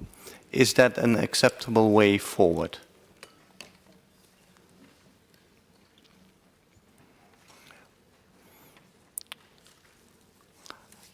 I don't see reactions that it's not an acceptable way forward, so let's do it like this. Then I would like to give one moment.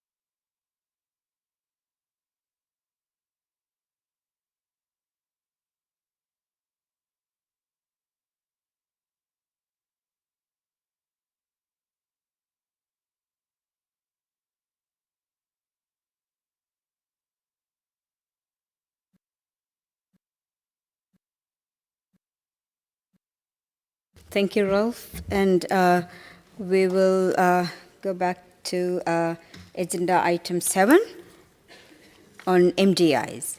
And we have CRP 6, and I would like to request one of the proponents to introduce this CRP. Oh, it's by EU.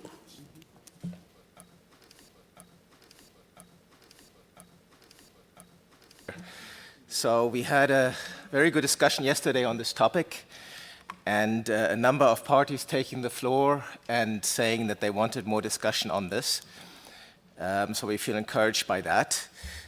We've also heard that new propellants from the TEEP, for instance, are about to be introduced to the market. In the EU, several manufacturers have announced that for the year 2025, and globally, TEEP tells us this would be 2026. So that's quite close to where we are now, a year or 2 years from now. So there's clearly ongoing developments where industry is moving forward, and there's an industry push going beyond the EU on this matter to introduce new propellants.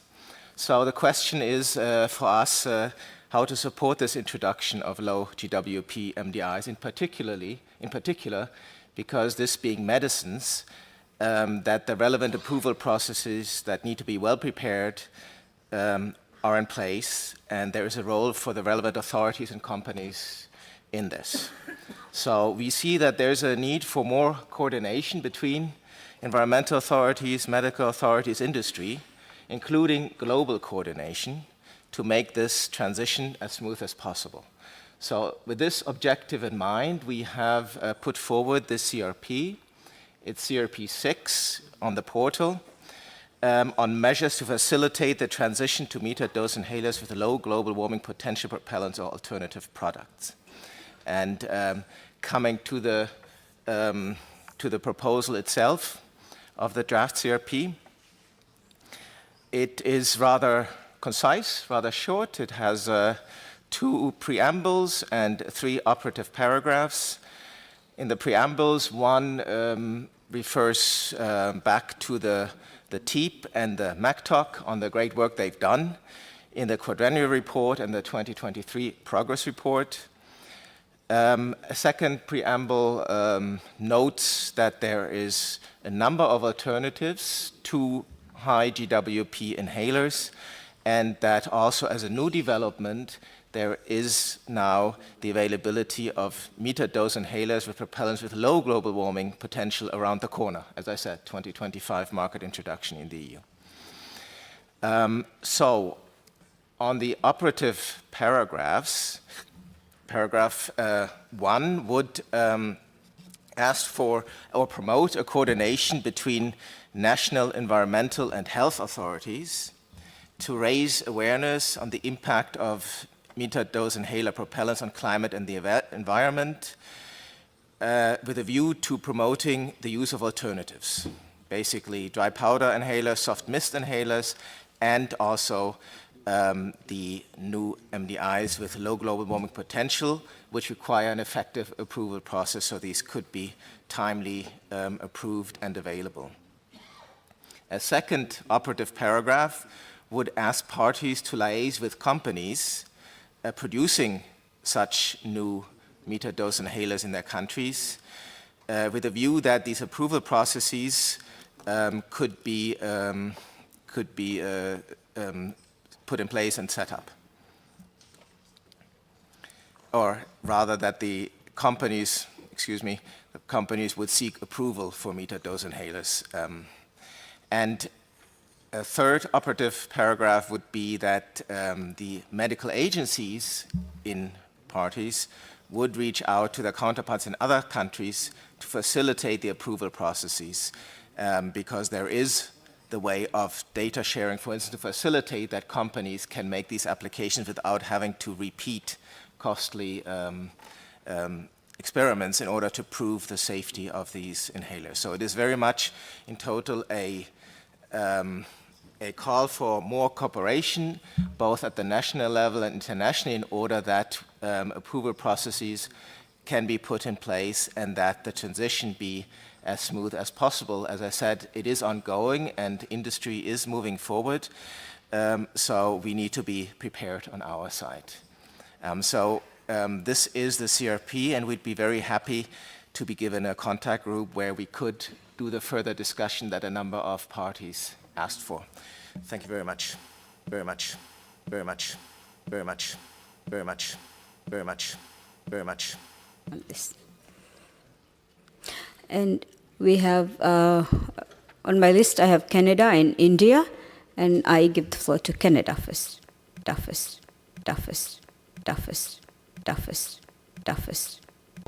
We'd like to thank the European Union for its proposal in CRP6. Since we had quite an in-depth discussion on this issue yesterday, while we have significant comments on the proposal, perhaps I could just say that we would support to have a group to discuss it rather than enter into the details now in plenary. But if there is such a group that is set up, we hope that it could also consider other issues that our delegation raised yesterday in relation to the report by the TEEP, both the 2024 progress report and the quadrennial assessment of the MCTOC, where there were a number of issues that were raised that we thought would also be important to address. So just to say that, with this in mind, we would support a group to consider these proposals. Thank you. Thank you. Thank you. Thank you. Thank you. Thank you.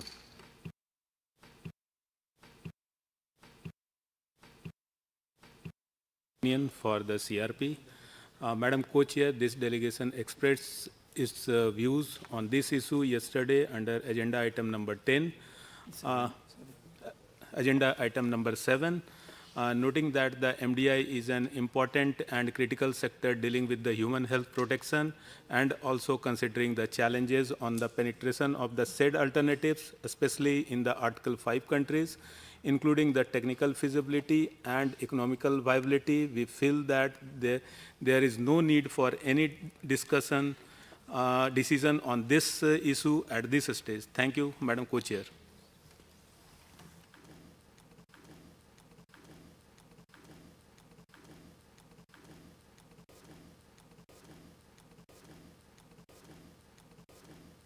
To add our voice to the comments made by India. We are, of course, open to discuss this matter further on a contact group, but given the critical, the importance of this issue and the difficulties faced by A5 parties into the accessibility and the technical difficulties into accessing the alternatives presented, and also the fact that some of the alternatives will only begin to be available on 2025, it might be a bit premature to have a decision at this stage. We are in favor of continuing this discussion, bearing in mind that countries may have different approaches to how they will face the replacement of metered dose inhalers. This might not be the priority now for many countries, as there are other products that are less critical that could be replaced.